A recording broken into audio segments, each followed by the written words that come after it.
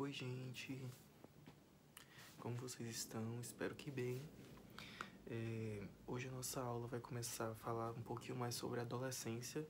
A gente focou, sobre saúde da criança, mas agora a gente vai tratar um pouquinho mais sobre saúde do adolescente. E entrando nessa vertente de adolescência, a gente vai falar um pouquinho mais sobre puberdade. O que vocês entendem quando eu digo para vocês a palavra puberdade? O que vem na mente de vocês sobre esse conceito? Geralmente vocês falam muito em aparecimento de pelos, falam em crescimento das mamas, essas características que são realmente relacionadas à puberdade. Só que a puberdade, ela é muito mais do que só isso. Ela é um marco histórico na vida de um adolescente, na vida de uma criança, porque ela marca o início da transição da fase de criança para a fase adulta. Então ela começa a apresentar características de adulto, mas o corpo dela ainda não é um corpo de adulto. Então esse período ele causa bastante convergências e divergências em relação à saúde do adolescente, principalmente, além de corporal, mentalmente, tá? Então, a puberdade, ela vai ser a etapa inicial e biológica da adolescência, ou seja, ela é a etapa que dita o início da adolescência e é a etapa que é a etapa biológica, ou seja, são as mudanças que acontecem no nosso corpo, por isso biológicas, que estão relacionadas à adolescência. E a gente vai ter o aparecimento das características sexuais. E as características sexuais, elas são divididas em características sexuais primárias e características sexuais secundárias. As características sexuais primárias nas meninas são as alterações nos ovários, útero e vagina, tá? E nos meninos, no testículo, na próstata e nas glândulas seminais. Então a gente vai levar em consideração isso. Característica primária são coisas que a gente não consegue ver, né? Que a gente não consegue visualizar. A gente não consegue visualizar olho nu, né? Os ovários, o útero e a vagina de uma menina, nem os testículos, a próstata e as glândulas seminais de um menino. Então, as características sexuais primárias, elas são essas coisas que a gente não consegue visualizar, tá? Já as características sexuais secundárias, nas meninas, elas vão ser aumento das mamas, aparecimento de pelos pubianos e axilares, e nos meninos, aumento da genitália, aparecimento de pelos corporais e mudanças no timbre de voz. Como características sexuais secundárias, a gente tem aquilo que a gente pode perceber, que a gente pode ver, né? A gente pode ver que o aumento da genitália, a gente pode ver o aparecimento de pelos, a gente pode ver que a mama aumentou, a gente pode ouvir que a voz do menino está mudando, está em mudança. Então, isso são características sexuais secundárias. Lembrando, primárias, aquelas que a gente não vê, que são endógenas, são coisas que são dentro do corpo, né? Testículo, ovários, entre outras. E as secundárias são coisas que a gente consegue visualizar. Aparecimento de pelos, mudança de voz, aumento de mamas, aumento de genitália. Tá bom? Então, puberdade. Paralelamente à maturação sexual, são observadas outras alterações biológicas, como as mudanças de tamanho, na forma, nas dimensões e na composição corporal, quantidade de massa muscular e tecido adiposo, e na velocidade do crescimento, que é chamado de estirão puberal. Isso tudo ocorre simultaneamente com as transformações comportamentais e psicossociais representando a adolescência. Então, como eu estava falando para vocês, a puberdade ela é muito mais do que só as características definidoras, né? Características sexuais primárias e secundárias. A puberdade ela vai entrar também no âmbito da psique, vai entrar também no âmbito psicológico, né? Vai ter as mudanças. Você é velho demais para fazer isso, mas você ainda é novo demais para fazer isso. Então, essas coisas, essa dicotomia que existe, vai acabar trazendo para a criança, adolescente, algumas dificuldades, né? Por isso que a adolescência, né, a puberdade, é a fase em que as crianças elas vão se encontrar mais rebeldes, os adolescentes, né? Mais rebeldes, mais que tem mais indisposições com os pais. É a fase em que eles vão apresentar mais rivalidades entre eles também, porque cada um pensa de uma forma e isso acaba, né, que vira uma um estereótipo, que adolescente é revoltado, é rebelde, mas isso é muito bem explicado por essas divergências, né, da psique e dessa mudança de fase, né, de criança para adulto. As principais características da puberdade. Crescimento, né, vai ocorrer a aceleração da velocidade do crescimento em altura e peso, que é chamado de estirão puberal. Não sei se vocês já repararam, os meninos, quando chegam ali mais ou menos dos 13 e 14 anos, eles crescem muito rápido, né? Se você ficar 6 meses sem ver o menino, você vai perceber uma mudança de altura muito drástica, muito rápida. E isso pode provocar o que também, né? Aquela fase que o adolescente fica mais desengonçado, os braços ficam maiores, mais finos, as roupas já começam a ficar perdidas e acaba que dá aquela imagem de desengonçado. Mas isso nada mais é do que o estirão puberal, que é o eixo GH e IGF, IGF-1, que são hormônios especializados no crescimento, tá? O crescimento ele é nada mais, nada menos do que o esticamento dos ossos longos. Os ossos, eles têm uma cartilagenzinha que é responsável por produzir o osso, produzir a matriz óssea. E o eixo GH e IGF-1 é responsável por produzir, por estimular que essa cartilagem produza a matriz óssea. Então, nessa fase, né, as meninas acontece um pouco mais cedo, né, as meninas elas só vão crescer ali até mais ou menos os 14, 15 anos, os meninos eles podem crescer até os 21 anos. Então, isso vem de acordo com a disponibilidade e de acordo com a aceitação do corpo em relação ao eixo GH e IGF-1. Ah, professor, então se faltar o GH e o IGF-1, a criança não vai crescer? Não, não vai crescer. Ela vai ter, se for a falta total, ela vai ter nanismo, que é aquela condição que a gente tem os anões, desculpa, os anões. E se for em pouca quantidade, essa criança vai ter uma dificuldade de crescimento, vai ter um déficit de crescimento. E aí podem ser feitas as terapias de reposição hormonal, né, desse hormônio, que vão propiciar que a criança tenha um crescimento normal ou próximo de normal, tá? Então, quando a gente percebe que a criança que chegou na puberdade e não está tendo o crescimento desejado, a gente indica o quê? Que o adolescente vá no endocrinologista, que é o médico responsável pelos hormônios, tá? Endocrinologista é o médico responsável pelos hormônios. Então, quando tiver alguma dificuldade em relação hormonal, a gente vai procurar sempre um endocrinologista, tá? Mudanças das características sexuais secundárias e maturação sexual são responsáveis. O que é responsável por essas mudanças nas características sexuais secundárias? O eixo hipotalâmico gonadotrópico gonadal, que é nada mais do que no nosso cérebro, na base dele, tem uma glândulazinha que parece um coração de cabeça para baixo, que é chamada de hipófise ou pituitária, mas atualmente é mais chamada de hipófise. E aí essa glândula, ela fica ali próximo na região do cérebro chamada hipotálamo, e o hipotálamo ele também é responsável pela produção de hormônio. Então o hipotálamo comanda a glândula que produz hormônio. Depois dessa produção de hormônio, o hormônio vai entrar na nossa corrente sanguínea e vai agir lá nas gônadas. As gônadas nada mais são do que os órgãos sexuais. Então o ovário os testículos são as gônadas. Os ovários e os testículos são as gônadas. Então, quando as gônadas são ativadas, eles vão produzir substâncias que vão estimular a produção de pelos, o aumento das mamas, a alteração na voz, tudo isso, tá? E aí a gente tem o conceito de gonadarca. Gonadarca nada mais é do que o aumento das mamas, útero, ovários nas meninas, tá? Mama, útero e ovários, devido aos estrogênios, e da genitália dos meninos devido aos androgênios. Estrogênios, hormônios femininos. Androgênios, hormônios masculinos.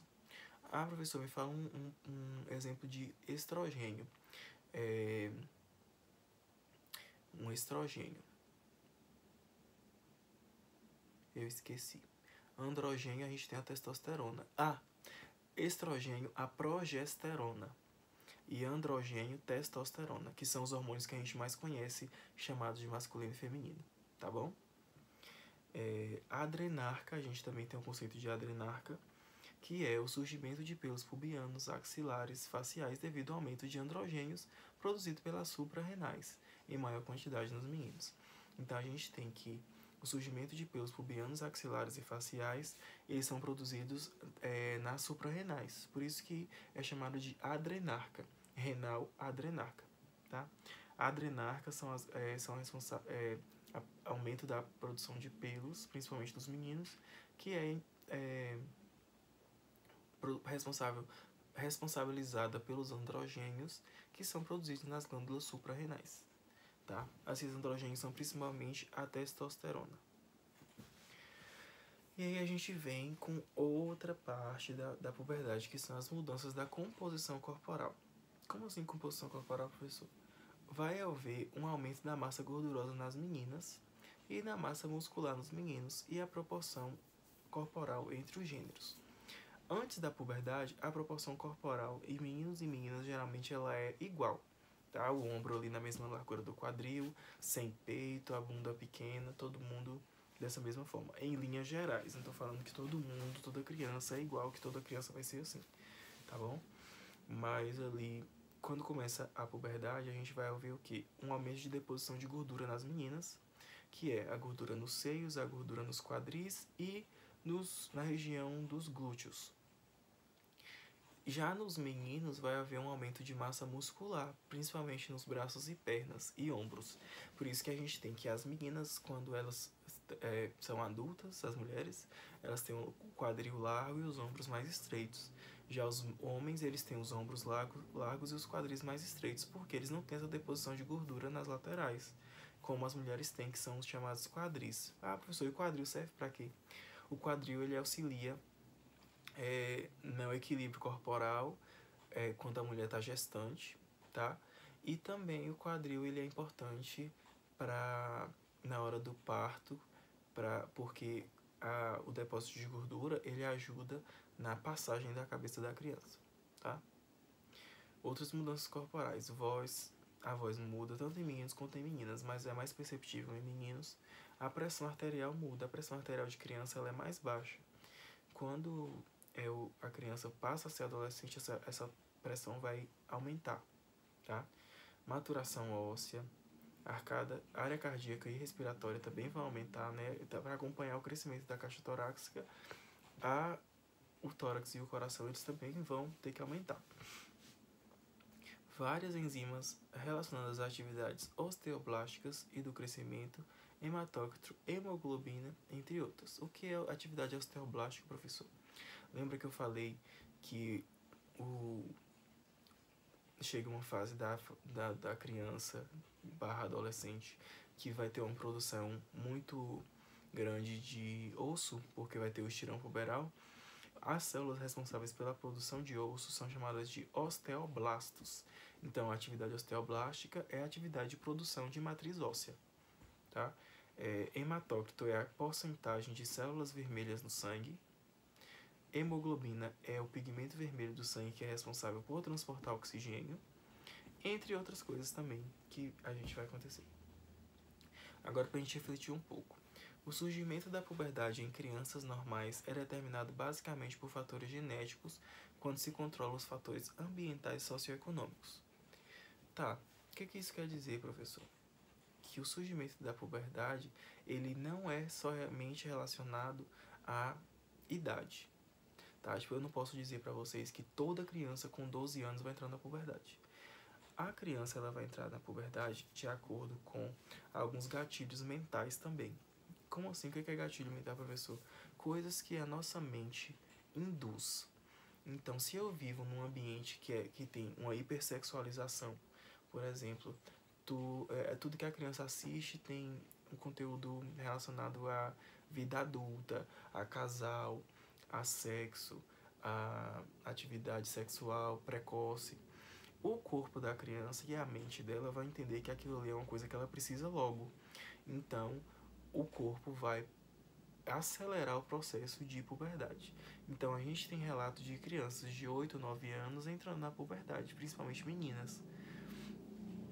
Quando a criança ela é exposta a um ambiente de violência sexual também, acontece da criança menstruar de 8 a 9 anos de idade. E isso acontece, a gente pensa que não, mas acontece. Relacionados a fatores ambientais, a gente também tem a questão da alimentação.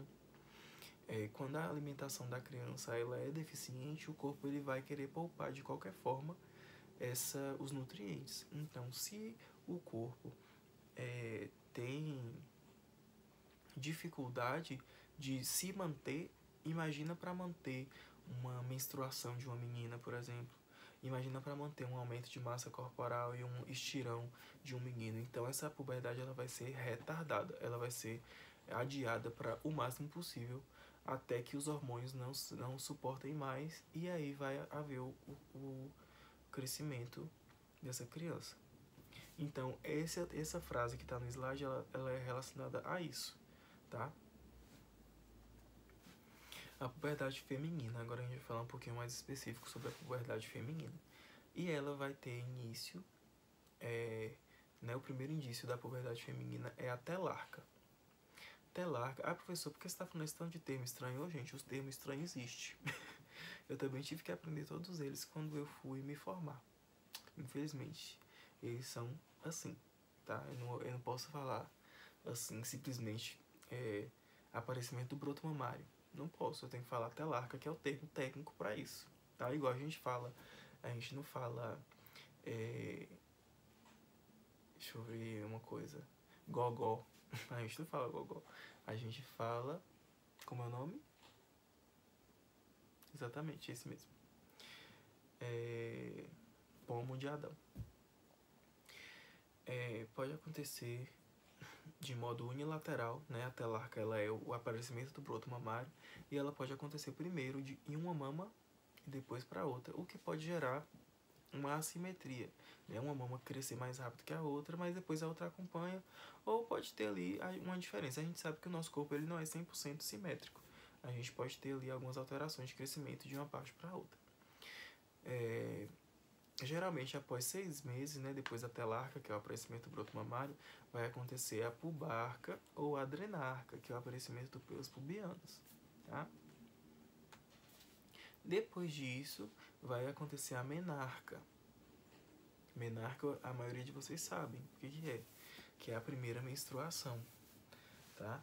E ela vai ocorrer, em média, aos 12 anos de idade, mas pode variar dos 9, como eu já falei pra vocês, aos 15 anos de idade. Professor, mas 15 anos é muito tarde. Com o passar dos anos, as meninas elas vêm menstruando cada vez mais cedo, tá? Antigamente era normal uma menina menstruar com 15 anos.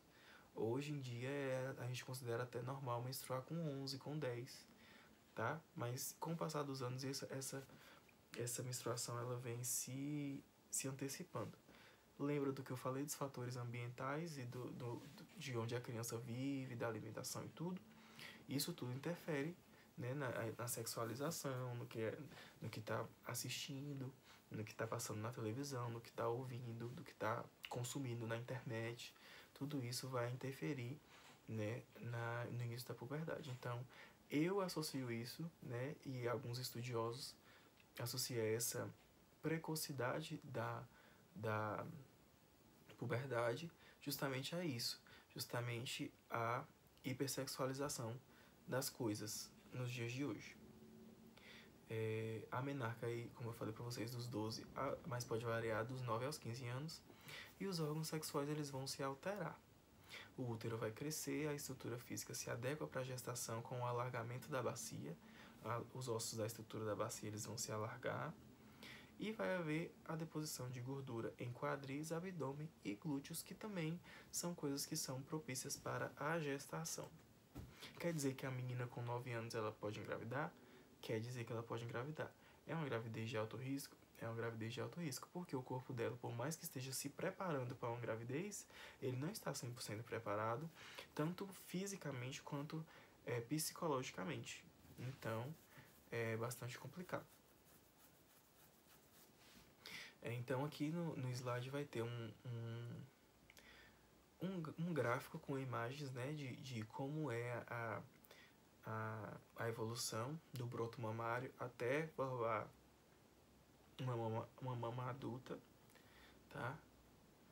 E aí vocês podem ver direitinho no slide. Tem uma fotinha também que vai representar a conciliação entre os pelos pubianos e a desenvolvimento mamário, tá? Agora a gente vai falar um pouquinho sobre a puberdade masculina. Vai haver um aumento do volume nos testículos, que ocorre geralmente aos 10 anos e 9 meses, mas pode variar dos 9 anos aos 14 anos de idade. Tá? Nos meninos, ela ocorre em uma faixa de variação maior. Por quê?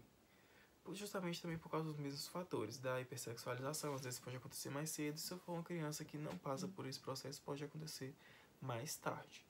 Tá? Em seguida, vai acontecer o aparecimento dos pelos pubianos e o aumento do pênis aos 11 anos e 9 meses. Aumento do desenvolvimento da glande e da espessura peniana. Isso vai acontecer ali por volta dos 12 anos de idade. O processo culmina na maturação sexual completa, que se dá pela semenarca. A semenarca nada mais é do que a primeira ejaculação do menino com sêmen, tá? Lembrando que tem que ser com sêmen, senão não é semenarca, que vai acontecer por volta dos 14 a 15 anos de idade. E antes da semenarca pode ocorrer a poluição noturna. Poluição noturna é uma ejaculação involuntária que acontece à noite. Ela pode ser com sêmen, pode ser sem sêmen, pode, porque o menino ele vai começar a produzir os líquidos prostáticos e os líquidos das vesículas seminais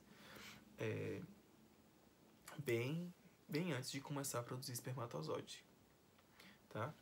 Então, se a poluição noturna ocorrer antes desse período, ela é uma poluição sem sêmen, é uma ejaculação sem sêmen. Se ela ocorrer, se a primeira ejaculação, se a semenarca ela for uma poluição noturna, aí o cúmulo quando está no ápice da maturação sexual do menino. E o aparecimento de pelos axilares e faciais se dá mais tarde. Então, antes de ter pelos nas faces, que alguns nem chegam a ter, como é meu caso, antes de ter pelo na face e ter pelo nas axilas, o menino ele já tem a maturidade sexual, ele já consegue engravidar uma menina, por exemplo, uma mulher, por exemplo, porque os espermatozoides já são ativos. Quer dizer que ele tem que engravidar alguém, que ele deve fazer sexo? Não quer dizer, tá bom? Mas quer dizer que ele pode, que ele tem a capacidade. Aqui a gente também vai ter uma fotinha relacionando espessura peniana com aparecimento de pelos pubianos. E agora a gente vai falar um pouquinho sobre problemas que são encontrados na adolescência. Problemas. Tem vários problemas relacionados à adolescência. O primeiro deles é a puberdade precoce, que eu já falei pra vocês, que é devido à hipersexualização, entre outras coisas, abuso sexual, o que a criança assiste, o que ela tem acesso na internet, o que ela está sendo exposta na residência dela, tudo isso. Puberdade retardada, quando alguma coisa pode ser endógena ou pode ser psicológica, limita a produção dos hormônios sexuais. Uma criança infantil, um adolescente infantilizado ou um adolescente com taxas hormonais baixas pode provocar essa puberdade retardada, que pode ser um atraso na vida da pessoa, porque ela não vai seguir, né, ali com os colegas o mesmo ritmo de crescimento e desenvolvimento, e isso pode provocar frustrações muito grandes para essa pessoa, para essa criança. Desenvolvimento físico anormal. Baixa estatura, aquisição de massa muscular, demora ou precocidade das características sexuais também vão fazer ali uma diferenciação dessa criança com a maioria das crianças e adolescentes. E isso pode provocar, né, alguns problemas relacionados a bullying E aí isso vai causar, né, dificuldade de relacionamento, vai causar problemas psicológicos mesmo, tá? O profissional de saúde deve agendar sessões de acompanhamento do adolescente a intervalos regulares que não devem ultrapassar os 6 meses. Deve ser investigado o histórico familiar, desnutrição, parasitoses, doenças crônicas ou genéticas. Caso haja necessidade, o adolescente deve ser encaminhado para serviços especializados. Por exemplo, eu estou percebendo que esse adolescente não está crescendo no mesmo tanto que deveria. Então pode ser que ele tenha nanismo, ou pode ser que ele tenha só uma baixa hormonal de GH. Então eu vou encaminhar esse adolescente para o endocrinologista, tá? É nesse sentido que a gente está falando de encaminhamento. Eu tô percebendo que esse adolescente está depressivo, eu vou encaminhar para o psiquiatra, tá? É nesse sentido de avaliação. A saúde mental do adolescente. Sabemos que essa fase é um momento muito difícil na vida do indivíduo e de sua família. Tá? Como eu falei para vocês, o adolescente ele é uma criança maior, podemos dizer assim. Ele não tem a mesma mentalidade de uma criança, mas ele também não tem a mentalidade de um adulto ainda. Ele não faz as mesmas coisas que uma criança faz, mas ele também não faz as coisas que um adulto faz. Então isso pode provocar divergências entre família e adolescente, provocando brigas, provocando desavenças, provocando o que a gente chama de rebeldia. Mas isso também é explicado pela chuva de hormônios que está acontecendo, pelas mudanças corporais, pela incompreensão, né, em relação à família com esse adolescente. Então isso tudo pode provocar essas desavenças.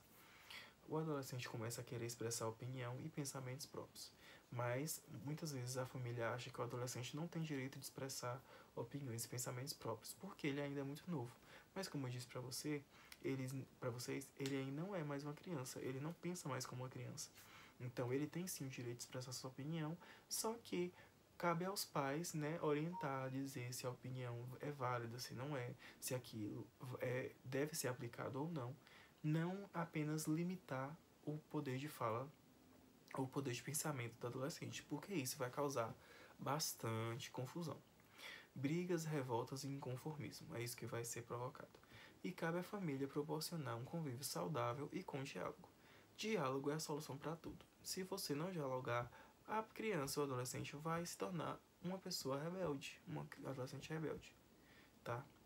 Caso seja detectada alteração marcante no comportamento do adolescente, conduta agressiva, isolamento, desinteresse, abandono da escola, desleixo pessoal, dificuldades no convívio familiar e no relacionamento interpessoal, o adolescente deverá ser encaminhado para um acompanhamento psicológico, que foi o que eu falei para vocês. Essa aula ficou grandinha, né? Quase meia hora. E aí a gente vai ter o seguinte, um estudo dirigido que eu deixei aqui no slide. E aí vocês façam e me enviem no e-mail, tá bom? Daquele jeitão. E é isso, espero que vocês tenham gostado da aula. Qualquer dúvida sobre o assunto, me procurem que estarei online.